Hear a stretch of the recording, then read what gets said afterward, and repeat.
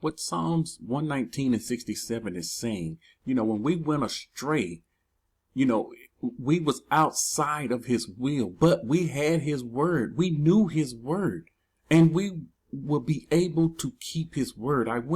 He says, before I was afflicted, I went astray, but now I keep your word. So we understand, once you receive the word, no one can take this word from us.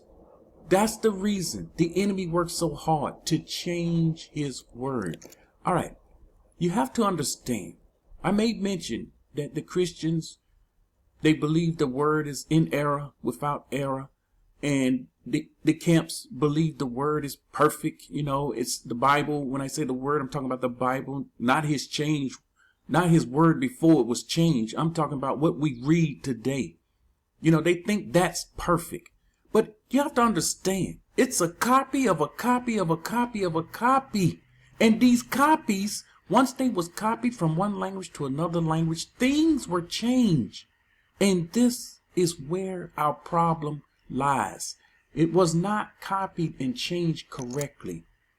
The Most High, in his word, we are commanded to be perfect. A very important point the Most High wants you to see here. He commands us to be perfect. How can we be perfect if his word has been changed? You see, it's impossible. So the enemy's job is done.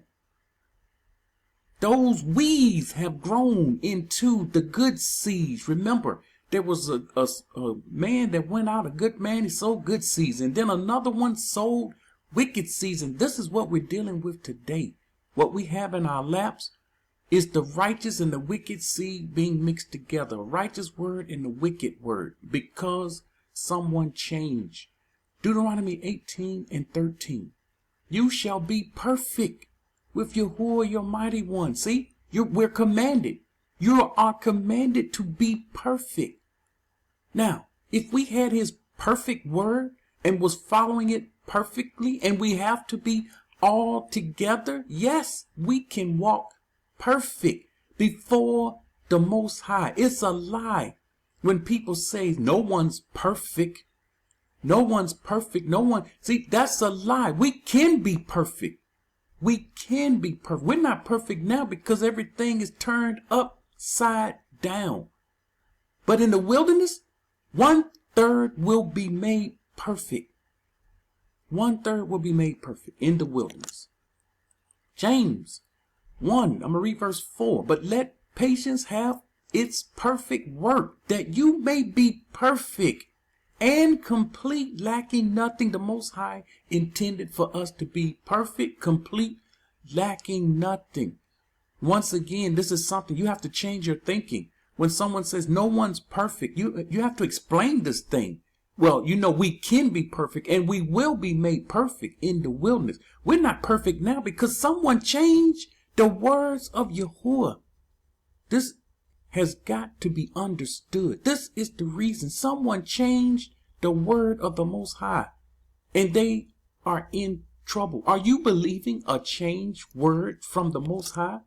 Many of us, yes, we believe changed words that did not come from the Most High. Genesis 17 and 1.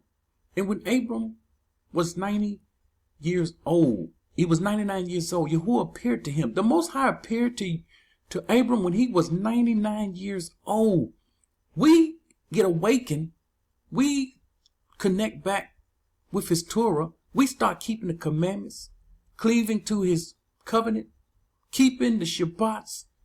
We do these things and we want him to appear to us now. And here we're reading. He was 99 when Yahuah appeared to him. And he said to him, I am Shadi. Walk before me. Be perfect. He told Abram to be perfect. And we know the scripture says he kept all his Torah. He kept all his commandments and his statute. Abraham was perfect. Our example that we can be perfect. Matthew 19:21. Here your pastors won't give you these. They can't give you these verses because they can't explain this. Yahushua said to him, if you want to be perfect, he's telling me, if you want to be perfect, go. Sell what you have and give to the poor, and you will have treasure in Shamayim, and come follow me. If he was to tell us this, would you be able to sell what you have, give to the poor, and follow him? You see, this person was walking with Yahushua, and this was his word to him. And of course, we understand the story, but we see he's telling someone to be perfect. If you want to be perfect, go sell what you have. Sell all that you have. You're going to be poor now. So this rich person, you're going to be poor now. You sell all what you have and then give it to the poor and follow him. And you see, the pastors, they can't go into this be perfect because they have already programmed themselves that no one is perfect and we can't be perfect. Here's another example. Genesis 6 and 9. This is the genealogy of Noah. Noah was a just man, perfect in his generation. Noah was perfect. Why? Because Noah knew the 3 books. It said if you don't know these, it says Noah was nothing until he knew the 3 books. So he became perfect and he walked with the Most High. See, we don't have what Noah had. And yes, we're living in the days of Noah. We must become perfect again. But this will not happen outside of the borders. Perfection will not come outside of the borders. Perfection comes within the borders, in the wilderness. The scriptures teaches us we go into the wilderness to study, to learn Torah. Why? Because our Torah we're learning today is not perfect. There's some changes has been made, and we're about to see some of these changes. All right, we're going into scripture here. We're going to see some of these changes. Who changed the word of the Most High? Why would you change the word of the Most High? This is Isaiah 42 and 8. And we see here, I am the Lord. And we know it's the H3068. It's Yahuah. But in the Bible, they changed it to the Lord. This is my name. So they've changed and said the Lord is his name. So people call on this Lord. And we understand, the righteous understand, not those that believe his name means nothing. Not those that believe the fact that calling on these titles and these names is not wicked. There are some people that believe this.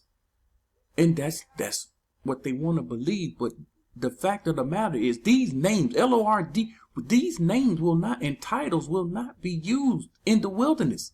Using these names and titles, profaning the Most High's name in the wilderness can get you cut off. This is one of the things that can get you cut off after being told the truth. So they hid his name. And this is one of the reasons the people are fighting over his name. What is his name? Everyone wants to know his name. It's a struggle coming into I know the struggle. It's a struggle coming into the knowledge of the truth. Not knowing the Most High's name. It's a struggle finding out that name. And when the people wake up, they go to the teachers that's been teaching for many years. The camps, they go to them that's been teaching. And they see all these different people calling all these different names. And then the people are confused. I've been there and I've done it. I know. It happened to us. So you have to make up in your mind to learn Abri and to study it.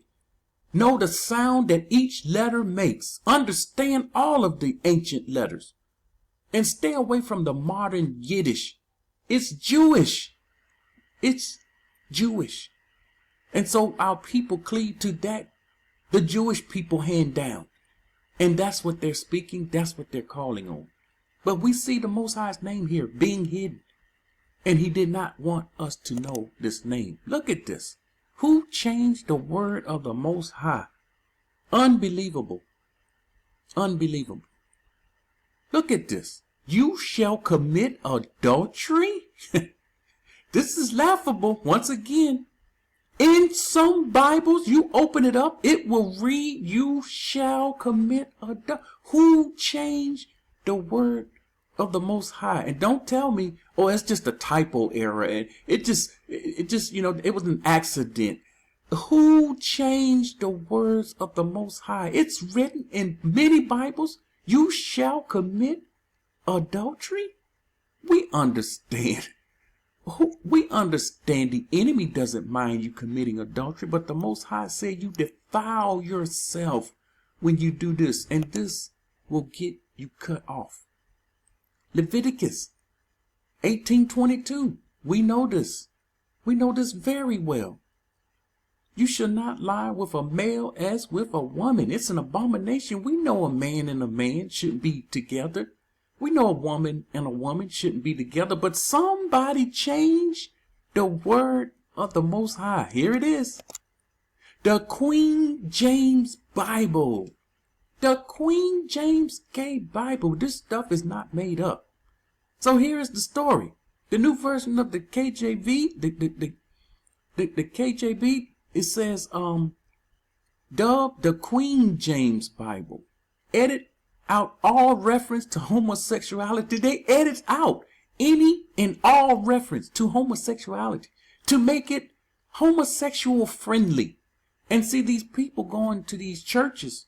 Yeah, your regular churches on your corners. There are gay people got these Bibles and they are going to these churches with these Bibles. And the preachers can't say nothing about it. Because they under a gag, under 501c3, they can't speak against this. And if that gay couple come to that preacher to marry them, they must marry them. Or they suffer the consequences and they won't be able to preach anymore. They will revoke their license. This stuff is heavy. And you see why he told us to come from out among them? But yet right now, in your Christian churches, we have the wicked and the righteous mixing together. And this is a no-no. This is something that we know we cannot do. So here they are. They're making it homosexual friendly. In order to provide Bible translation, edited, prevent homophobic misinterpretation of the Most High's word. They're calling this, what we just read, they calling it a misinterpretation. Man shall not lie with man. It's an abomination. Who wrote this book? Who edited this? Watch this. The unnamed editor of the revision say they choose to use and retitle the King James Version to the Queen James Version because of the obvious gay link to King James, known amongst friends and courtiers as Queen James. Because of his many gay lovers. All right, we understand that what they're saying about King James. Look, that happened in the past. That has nothing to do with us. What we're dealing with now is this word that's left behind, and that this word has been changed. That's our focus. So this person is unnamed. They didn't want to be named. But the Most High knows who you are. The Most High know you changed his word. The Most High's got a target on you, and the righteous is praying against you. Make sure you understand. The righteous is praying curses on these people. We're not in no Christianity that we knew. Love everybody. This is not what the Most High taught us. He said he would barak those that barak us and curse those that curse them. We barak those that barak us, and we curse them that curse us. This Queen James Bible is a curse. So there is no mention of the reference to homosexuality in this Bible. Nowhere.